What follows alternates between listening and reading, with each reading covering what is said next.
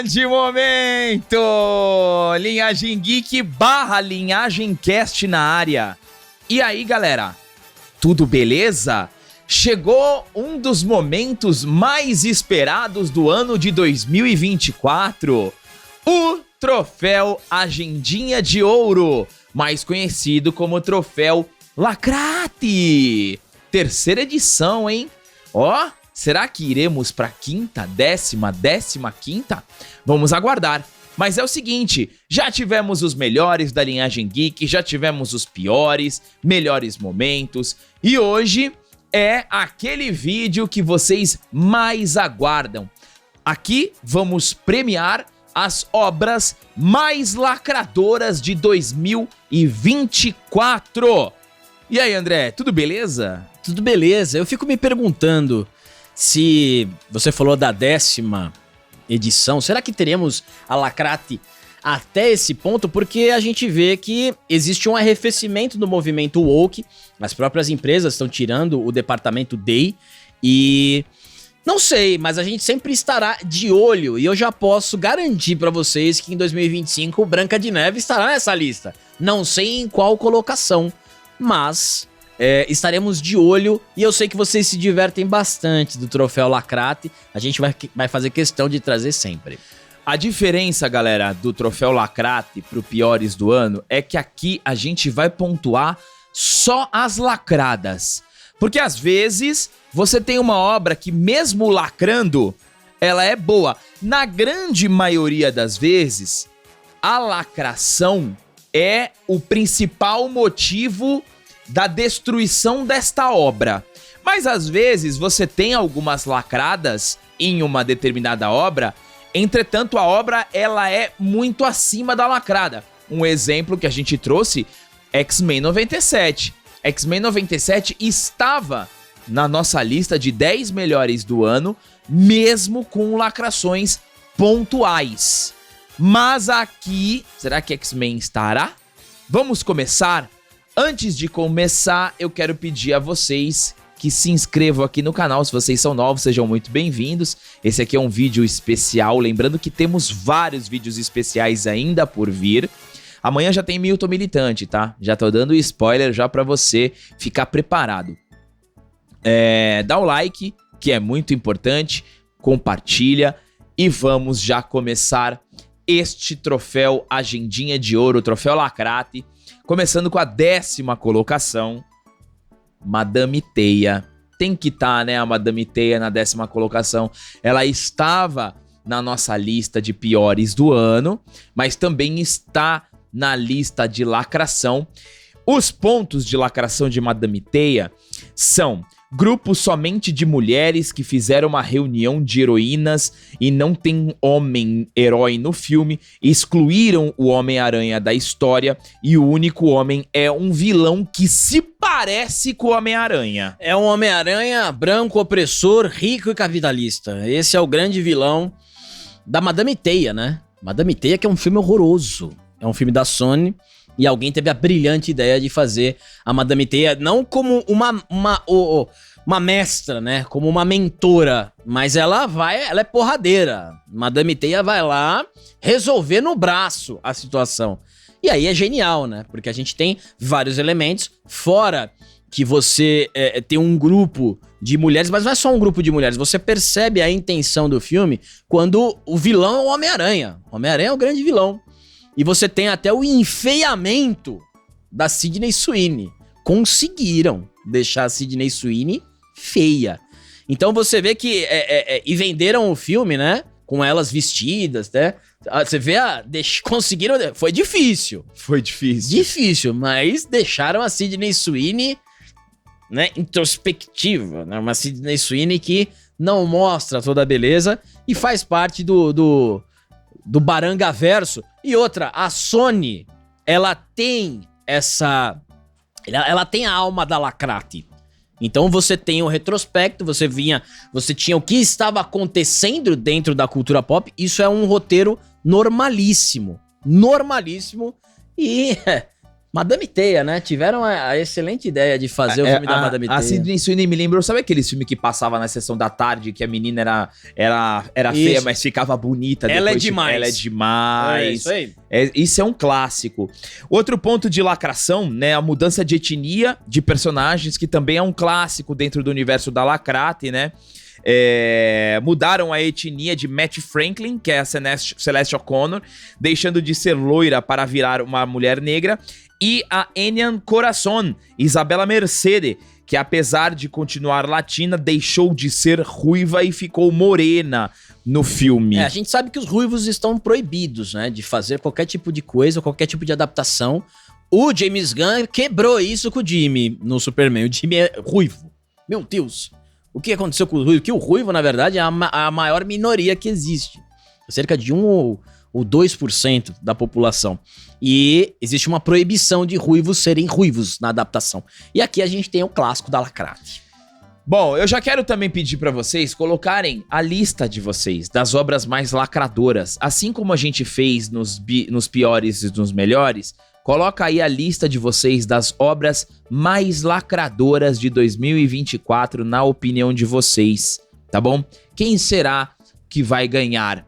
Eu lembro que ano passado, quem ficou em primeiro lugar foi O Exorcista, o Devoto, em segundo lugar foi Barbie. Caramba, O Exorcista, o Devoto ficou em primeiro, né? Ficou em primeiro, destrói totalmente, porque o pilar da destruição do cristianismo é uma das metas, né? E a gente tem aqui, né? Aqui foi bem concorrido. Bom, vamos para a nona colocação.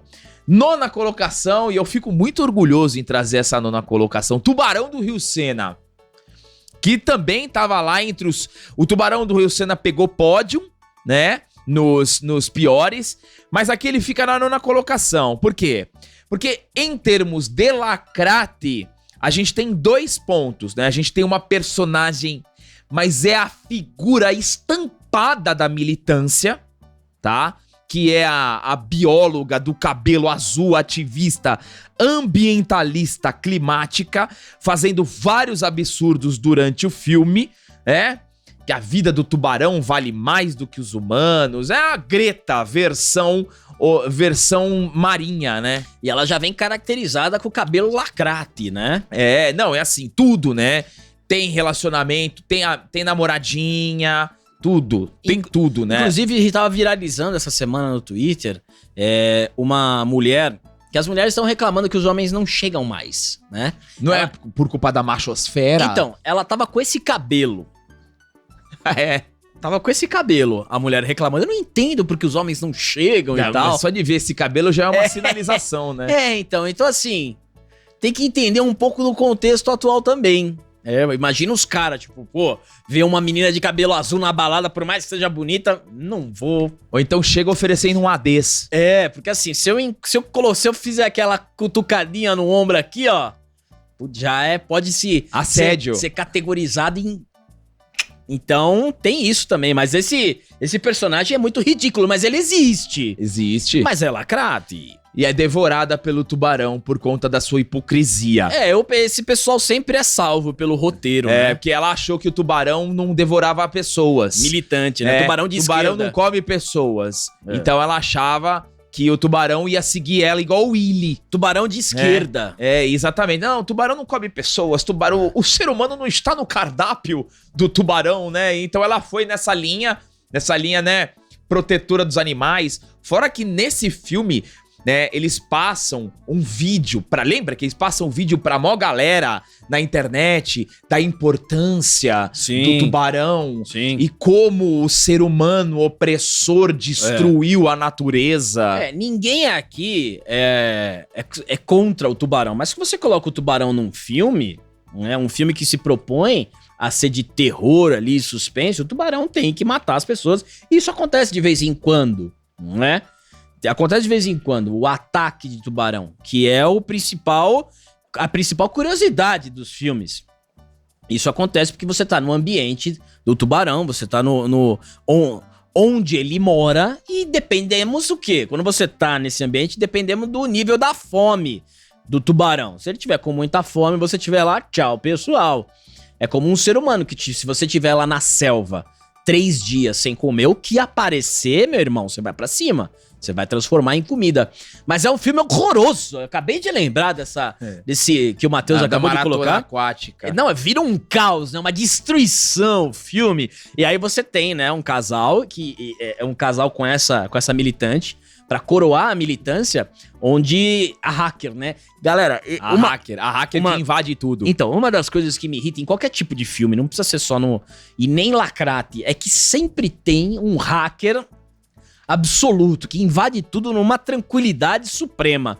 E esse aí também tem isso. E depois vira uma explosão, a cidade acaba. Filme podre, meu. Vamos lá, vamos então para a 8ª colocação. Lacra Fantasmas. Além de ser um filme podre, tem lacrate. E quais são as lacrates? A principal lacrate é a Phoebe Spangler, né? Porque o primeiro, Caça-Fantasmas Mais Além, ela está inserida dentro do contexto, mas ela não é uma Mary Sue. Perfeito. Neste filme do Lacra Fantasmas, ela se torna uma Mary Sue, mas olha só que mentiroso, né? Olha que arte mentirosa, né? Você coloca o Paul Rudd de figura central e um baita destaque pros antigos, mas isso não acontece, né, galera? Isso aí. O Paul Rudd é segunda prateleira, tem um tempo de tela reduzido e a Phoebe resolve tudo sozinha. Fora um pseudo relacionamento com uma fantasminha. Lacrate. Ela e uma fantasminha lacrate. Fantasma lacrate. A Gasparzinha. Com a fantasminha lacrate. A gente sacou essa intenção. Porque assim, você tinha todo o contexto do momento em que foi criado ali o Caça-Fantasmas, porque quando você pensa em Caça-Fantasmas, você imagina, né, o enfrentamento dos fantasmas, você imagina toda aquela construção. Você pode até ter romance, mas não é o core do negócio. Você tem todas as traquitanas, você tem toda a história, você tem que desenvolver um plano, uma estratégia pra combater o fantasma. E aí você tem uma personagem, porque no Caça-Fantasma você já tinha uma equipe antiga clássica consolidada, e você teria que desenvolver uma equipe nova. Quando você coloca uma criança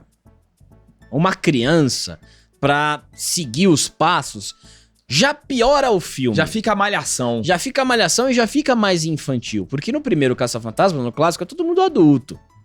Então quando você coloca uma criança, você já... ainda tem o irmão dela, né? Tem o irmão dela... E aí nós temos essa cena aí nós temos esse romance com um fantasma, assim, que não faz sentido você ter romance com qualquer tipo de fantasma, né? Ah, mas é fantástico o negócio. Mas não faz muito sentido, né? E aí usaram isso como pano de fundo pra fazer parte da lacrate. Muito bem, lacrate pontuada aqui. Vamos continuar, então, na nossa 7ª colocação, como eu havia dito. X-Men 97, porque sim, senhoras e senhores, mesmo tendo sido muito bom, tem lacrate pra cacete no X-Men 97. A primeira delas, Roberto da Costa, tá? É um self-insert do Bill DeMaio, não tem jornada do herói, e sim uma jornada de aceitação em paralelo com histórias LGBT.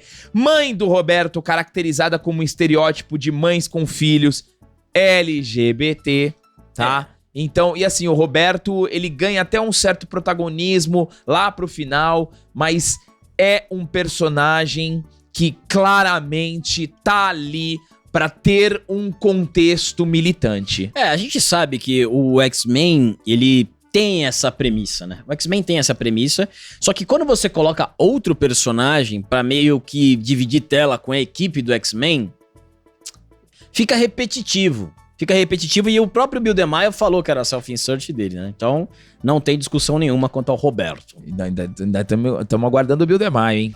Bill DeMaio sumiu. Nenhuma foto no Instagram. Julgamento. Nada vazado. O julgamento dele deve ser o ano de 2025. Nada vazado, hein? Lembra? Poses de X-Men. Tá? Tá ligado, né? Ó. Magneto, capa. Só a capa. Sunguinha branca mesmo. Ó. Outra lacrate de X-Men 97, Magneto. Visual andrógeno, discurso LGBT na ONU, justificativa da violência e da vilania durante toda a série. Exemplo, discurso da Valerie Cooper no episódio 8. Redenção sem arrependimento no final. Muita gente a favor do Magneto, né? Milton Militante a favor do Magneto. Não tinha como ser. Eu lembro muitas discussões, né, de quem acha que tem razão ficando do lado do Magneto. Isso é normal que a turma da Lacrate fique mesmo. Mas a gente tá pontuando as lacrates aqui, mas X-Men 97 é uma boa série. Exato. E é interessante vocês perceberem, né, que a Lacrate envolve os personagens, né? Não são situações. Cada personagem passou ali, teve um pedágio pago. O próximo deles é o glorioso Gambit, que é pra mim um dos melhores episódios é com ele de protagonista, ó. Gambit, crop de rosa. O crop de rosa deu uma polêmica, né? Logo no primeiro episódio, e aí veio a turma da Lacrate defender.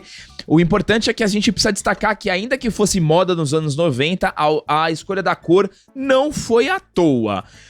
E também é corneado pela vampira com o Magneto e colocado na friend zone. Coitado do Gambit, né? Pelo menos ele teve um fim heróico. Sim. Outro que também é sequestrado pela Lacrate é o Noturno, que fala sobre o discurso de famílias diversas, né? Grande Noturno. E o Noturno, as mães do Noturno, isso na HQ já estão usando muito o Noturno, fora que todo mundo lembra do clássico desenho, né, do Noturno, bem ligado ao catolicismo. Aqui tem um pouco. Tem.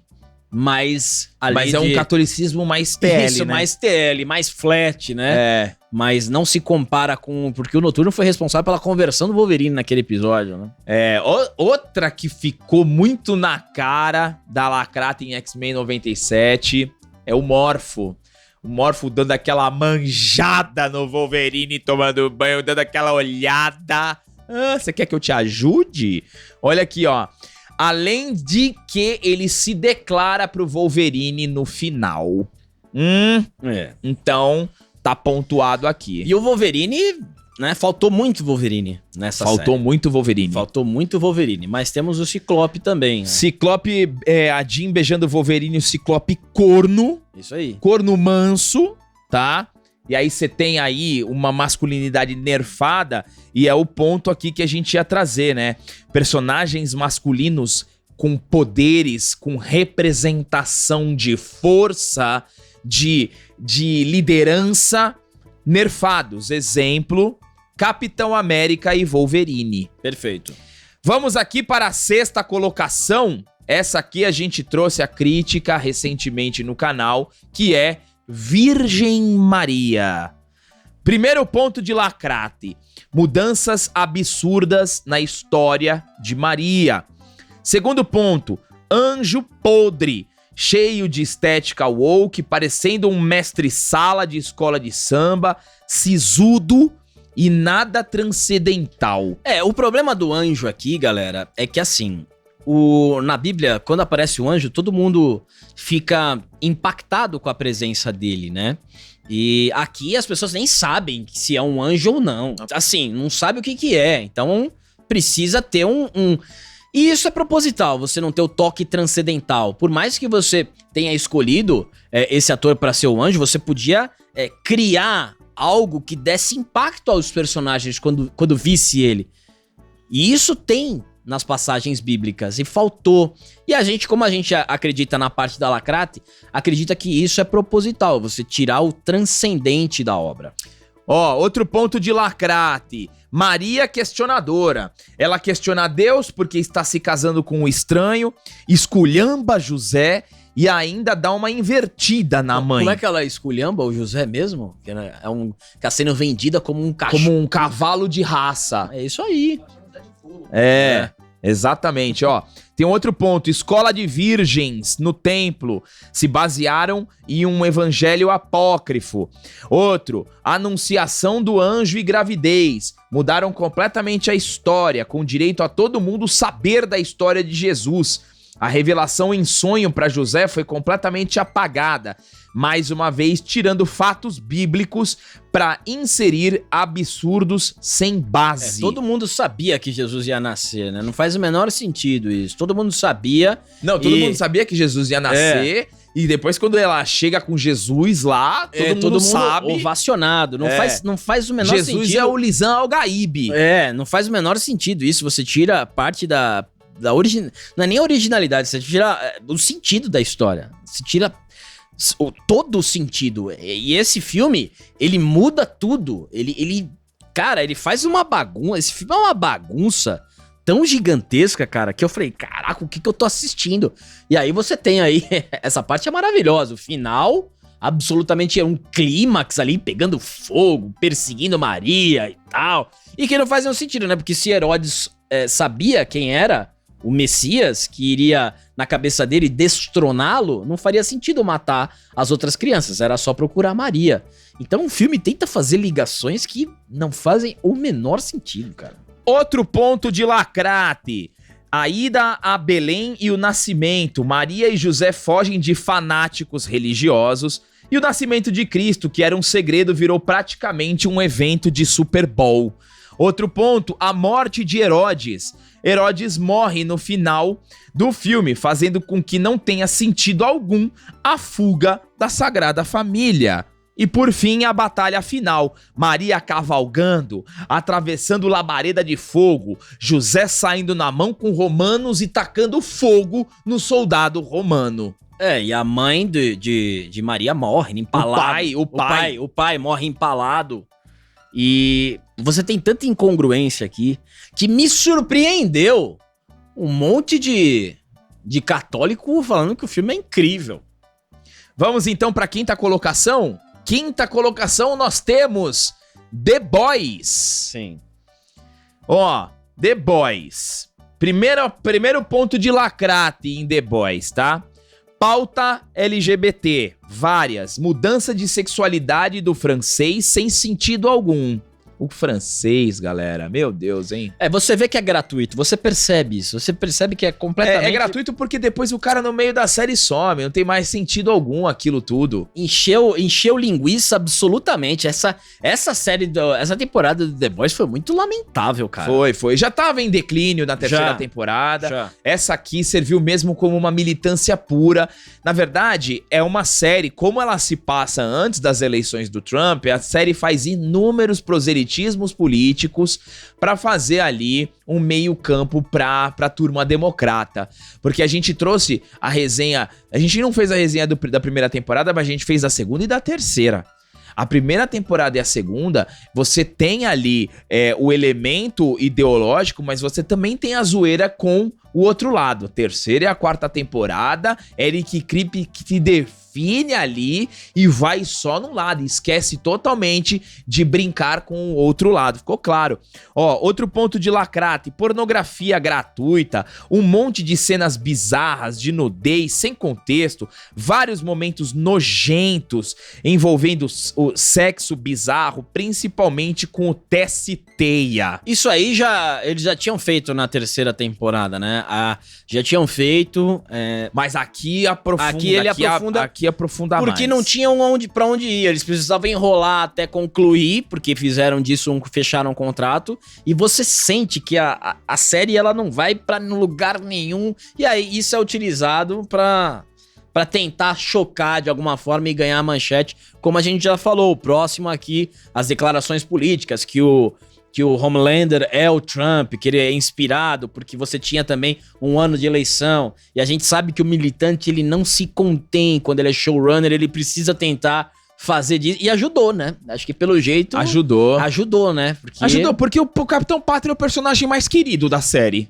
Porque é muito carismático, é um vilão bem construído. E numa história que você tem um vilão muito bem construído e muito carismático, e uma ausência de um herói do mesmo nível, de carisma, então o vilão se sobressai. Então a turma gosta mais do Capitão Pátria, né? Luz Estrela. Ei, Luz Estrela, virando uma militante, ela era uma personagem cristã no começo e de repente vira uma abortista completamente aleatório.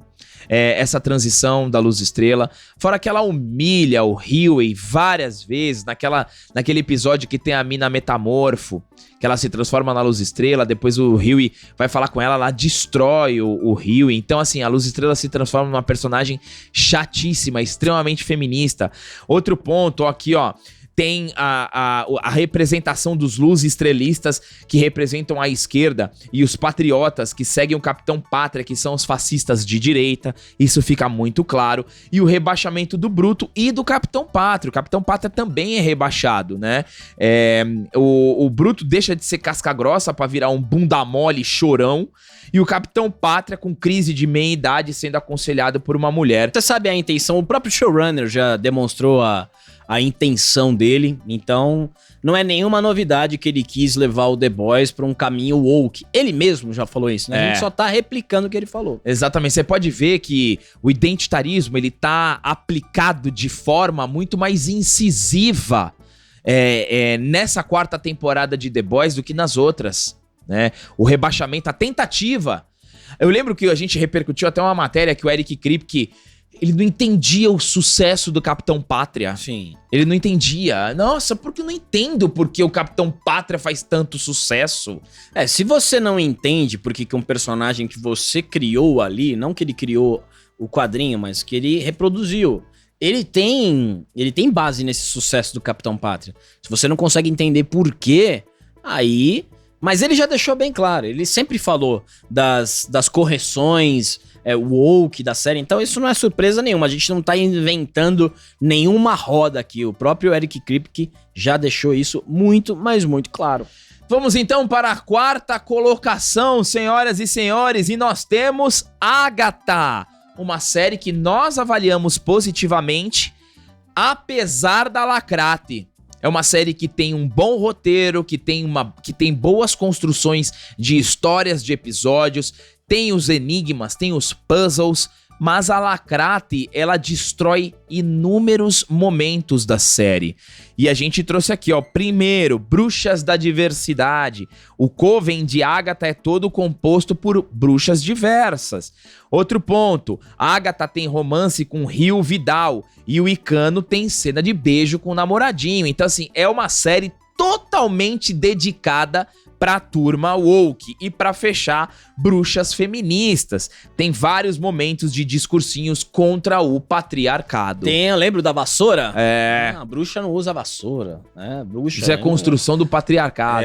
Então, patriarcado. Fora essa caracterização do Icano de malévola aí. Como você falou mesmo na época que a gente tava acompanhando, ela foi criada pro público woke, e eu acredito que faz sentido, tanto que a gente falou bem dessa série. Fez sentido, né? Você utilizar uma série, uma personagem que tem esse corpo de enredo de bruxaria, fez total sentido e foi bem feito. Tanto que a gente avaliou positivamente aqui a série pelo que ela se propõe a apresentar. Mas tem várias lacradinhas ali, né? É lógico que eles não vão deixar de aproveitar esse momento, mas entregou o que se propõe, até de uma maneira bem positiva.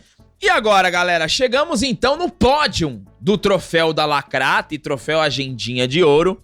Quem vocês acham que está neste pódio? Começando aqui com medalha de bronze, The Lacrate. Oba, tinha que ter, né? Grande Oxa. Olha aqui, ó, principais pontos de Lacrate. Primeiro, Jedi se tornam fracos, burros, morrem de forma ridícula, tomam decisões completamente estúpidas, mentem e não pensam duas vezes antes de fazer alguma crueldade. Isso é incrível como eles fizeram, porque a gente sabe da figura em que os Jedis, né? A gente sabe muito bem, os Jedi se aproximam muito de uma figura de padre, né? Eles ficam ali guiando, os outros sendo o mentor. E aqui é completamente destruído. A gente tem os Jedi, além de ser Jedi bunda mole, você vê que todas as características dos personagens masculinos que a gente traz aqui no Troféu da Lacrate, eles são todos iguais. São bunda mole, a gente tá falando do Brutus aqui, que ficou insuportável no The Boys, né? Aqui é a mesma coisa, os Jedi não tem nenhuma imponência, nenhuma força, os masculinos. E aqui a gente tem o Oxa, Como é que é o sol, né? Sol. Nossa, é irritante, cara. É irritante. A série é muito podre por conta disso. Fora que o nome é bem sojado, né? Sol. É. O sol. Né? Com a musiquinha, né? Ó, outro ponto de lacrate. Destruição da lore. Anakin não é mais um nascimento milagroso da força. Os Sith, que deveriam estar desaparecidos, aparecem matando geral. A série se passa 100 anos antes da ameaça fantasma. Kid Adimundi, que não deveria ter nascido na época, aparece na série. Fora que você tem a linguagem neutra. Linguagem neutra. Você tem a linguagem neutra. Vários momentos, linguagem neutra. Todes no Star Wars. Você achou que o Todes não ia pra lugar nenhum? Olha lá. Todes no Star Wars. Olha que maravilha. Pra se dirigir ao Básio, né? O castorzinho irritante. Isso, desfiles deste soles. Olha aqui, ó. Relativização do mal também é um ponto que a gente encontra muito. Enquanto os Jedi são mostrados como mentirosos, intolerantes e agressivos, e enquanto os Sith têm várias justificativas para suas ações e estão apenas buscando viver na galáxia. A gente tem aquela mudança, né? Inversão de valores, aquela inversão do bem e do mal, a relativização do bem e do mal. Os Sith, eles têm um motivo para ser dessa forma, porque eles foram subjugados pelos Jedi, né? Você é mal porque alguém causou alguma coisa em você. Você é mal por um motivo. Alguém te tornou dessa forma. Esse relativismo a gente vê muito também em The Boys. Em todas as séries, filmes lacrates, você tem essa justificativa da relativização do bem e o mal. Em todos. Por fim, né? O poder de uma, o poder de duas e o poder de todes. Aqui o casal de mães, né? Duas mulheres formam um casal para gerar as filhas da força. The Force is Female. Outra coisa clássica da lacrate, duas mães. Duas mães é o segredo. Sempre duas mães, a gente já viu também isso em outras obras. Segundo lugar, galera, medalha de prata no troféu da lacrate. A Libertação, grande Netflix, isso aí, olha só. Principais pontos de lacrate da Libertação.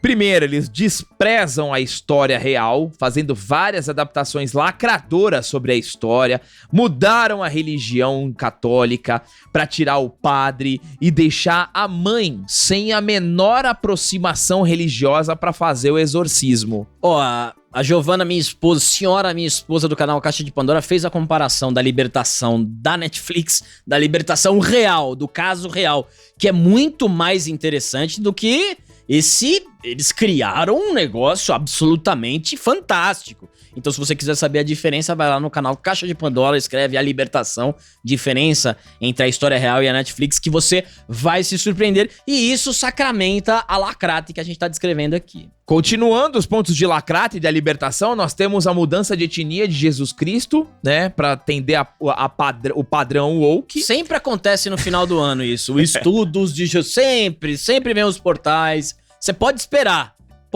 que vai ter, sempre. Outra aqui, ó, outra que é legal. Tiraram os personagens reais, que eram homens brancos, e colocaram mulheres negras no lugar. Pessoas mais próximas do cristianismo são sempre os primeiros a morrer. É o fenômeno do devoto, né? O ateu sobrevive. O cristão é o que mais se ferra. O ateu, o agnóstico sobrevivem. O mais próximo, aquele que mais serve a Cristo, é o primeiro a ser destruído. É isso aí. Esse é um padrãozinho aí dos filmes de terror que, se você analisar, é isso aí. Temos mais mudança de etnia, que assim, ó, trocaram a etnia da mãe colocando como branca, né? Lacrate reversa a gente tem ainda. Ó, porque deu flash reverso e na vida real ela é negra, e mudaram a mãe, ainda colocaram a mãe branca pra mostrar como uma criança negra sendo criada por uma mãe branca. E outra coisa, essa mãe aí, ela é ela que vai na igreja, e ela lá em cima de todo mundo, doidaça, usa droga, pra você fazer associação com a pessoa que vai à igreja, entendeu? Tem também o vocabulário lacrate de preta pra preta, né? Tem muito isso. Outro aqui, ó, o exorcismo. Eles fazem no filme no porão da casa, quando no caso real é dentro de uma igreja. A igreja é completamente deixada de lado no filme. E o final desse filme aí, cara, faltou aparecer o Thor no final, assim, ó, caindo com o martelo, furacão, tudo. Só faltou, meu, apareceu o Thanos ali. Um negócio absurdo. E o pior é que eu falei, a primeira meia hora do filme é muito interessante. Caramba, tá interessante essa história. Aí começaram, meu, E ela entrando no hospital. Tirando o moleque da UTI, como eu saio do estúdio aqui. Aí começa... Assim, galera, é muito forçado. Muito forçado e lacrador. Primeira colocação, galera. E aí, já colocaram as 10 obras mais lacradoras de 2024 nos comentários? Ainda não? Então coloca, vou esperar. Ó, é assim, primeiro lugar... Temos uma dobradinha. Eu acho que é a primeira vez que acontece isso nas edições dos especiais das premiações da Linhagem Geek. Temos uma dobradinha. Porque quem ficou em primeiro lugar nos piores do ano também ficou em primeiro lugar no Troféu Lacrate. Estamos falando da Arca de Noé, lacradora da Globo Filmes. Isso é uma coisa interessante pra você avaliar, porque eu tava dando uma passada aqui. No Manual da Lacração, o livro que a gente lançou esse ano, a gente fala do cristianismo, né? Que eles precisam tirar o cristianismo, que o cristianismo é uma grande barreira. Esse é até o nome do capítulo. Aqui, no Troféu Lacrate, a gente tem Arca de Noé, Maria e a Libertação. Nós temos 3 filmes onde o cristianismo é altamente atacado. Isso corrobora com o que a gente escreve e também isso que nem tinha lançado esses filmes. Quando a gente escreveu o livro. Sim. Esses filmes foram depois. Então é pra você entender e prestar atenção, sempre quando tem algum filme cristão, no que eles tentam fazer com a história e o que eles pegam, o que eles fazem com os símbolos, que é o caso aqui da Arca de Noé. Então vamos para os pontos de lacrate da Arca de Noé. Primeiro, guerra de classe. Clássica, né? Eles não há animação pra criança, hein? Ó, oprimidos versus opressores no meio dos animais. Os oprimidos são os ratos e os opressores são os leões. O opressor é o leão. Exato. E o leão, na Bíblia, representa Deus, certo? A figura do leão, a imagem do leão. O leão da tribo de Judá. Então, assim, isso aí não foi sem querer, né? É lógico que não. Isso aí não foi sem querer, né? Ó, outra coisa aqui, ó. Em vez de um casal de ratos, são 2 machos. Pra você justamente criar essa ruptura pra entrar com o discurso lacrador. Por quê? Porque como você tem 2 machos, abre espaço pra netinha do Noé questionar Noé. Poxa, mas por que sou um casal? A netinha, que deve ter uns 8 anos, já tem consciência de classe. Ela questiona Noé, né? Ah, mas poxa, né? Deus não tá olhando pra diversidade. Fora que a animação é horrorosa, tá? Mas a gente não tá entrando no ponto... Isso aqui é só lacração, a gente fala isso nos piores. Outro ponto aqui, ó. A esposa de Noé não tem o menor sentido, tá? Retratado, e o Noé é retratado como um lunático, como um maluco, e ninguém dá moral pra ele. Exato. O Noé... Se você... Olha, eu vou até dar eu falei isso sobre a nossa crítica. O Noé, ele é tratado como um lunático, né? Na história original, a novela da Record fez muito bem isso. Ninguém acredita em Noé. Noé foi aquele que foi avisado sobre o dilúvio, etc. E aqui, só que assim, a animação é muito perspicaz nesse sentido, que a todo momento ele é uma espécie de alívio cômico. Ele é uma espécie de alívio cômico, Noé, porque é sempre um cara fraco, um cara maluco, doido. Ele é um símbolo de um cientista maluco pras crianças. Não, a cara do Noé é ridícula, cara. Coloca o Noé na tela aí, Matheus. Esse Noé é um cara que usa óculos, cabelaço, meio Einstein, completamente. Então, assim, é complicado, porque é aí que você vai formando o imaginário, já que você tá trabalhando a animação infantil, é assim que eles vão fazer. Olha lá, o Matheus tá colocando Noé. Enquanto o Matheus coloca o Noé, eu só vou colocar aqui a aspas do que a neta do Noé... Olha a fotinha do Noé aí, ó. Olha esse Noé, galera. Que é isso, Eles pegam o Einstein e aquela foto zoada dele mostrando a língua, é isso aí. E ainda com lente amarela. Tony Stark, né? É, então. Óculos do Tony Stark. E aí você pega Noé, você pega o leão, você vai mexendo com os símbolos. E a cobra é amiga do leão. Exato, a cobra, ela faz a coroa, Faz né? a coroa. Né? Do leão, Tem então... estátua do leão, de Sim. adoração ao leão. Exatamente. Ó, a netinha do Noé, ela questiona Deus, tá? Porque ela fala assim, caramba, Deus quer apenas um macho e uma fêmea, e por que não outros tipos de família? Olha só a consciência de classe da netinha, que no máximo deve ter 8 anos de idade. Grande consciência de classe, galera. É. Eita, e a gente tem o Deus se vira aí, não é? É! Assim, novamente, se você tá trabalhando num contexto de comédia, seria até engraçado isso aí, né? A gente tem a netinha aí, isso é até engraçado, Deus fala, ó, Noé, você vai fazer isso, e Deus deu as instruções, né, pra Noé. Aí você fala, Deus fala, se vira, Noé, se vira caboclo, né? É um negócio É assim. isso aí, se vira caboclo. Se vira caboclo, é um Deus com uma linguagem ofensiva, né? Então, tudo isso é proposital, galera. E fora que você tem uma animação feia, horrorosa, as cenas da água são ridículas. Ridícula a cena da água. Ó, temos ali também outras expressões que são ditas no filme, como saravá. A esposa do Noé faz uma poção. Esposa lacrate. Esposa lacrate. Faz uma poção pra curar ele. As músicas cantando pros espíritos. Música pros espíritos. Linguagem neutra.